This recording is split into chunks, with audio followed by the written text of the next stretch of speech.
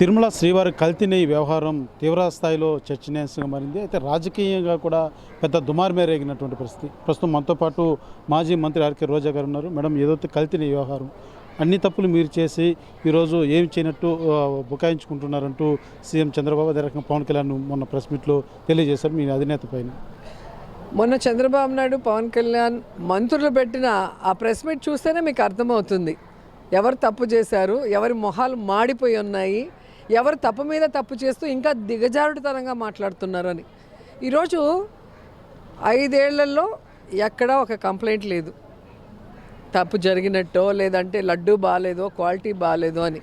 ఎవరు police case ఇచ్చింది లేదు, ఎవరు హాస్పిటల్లో హెల్త్ బాగాలేకుండా అడ్మిట్ అయ్యింది లేదు, ఏ శాంపుల్స్ ఇచ్చింది లేదు.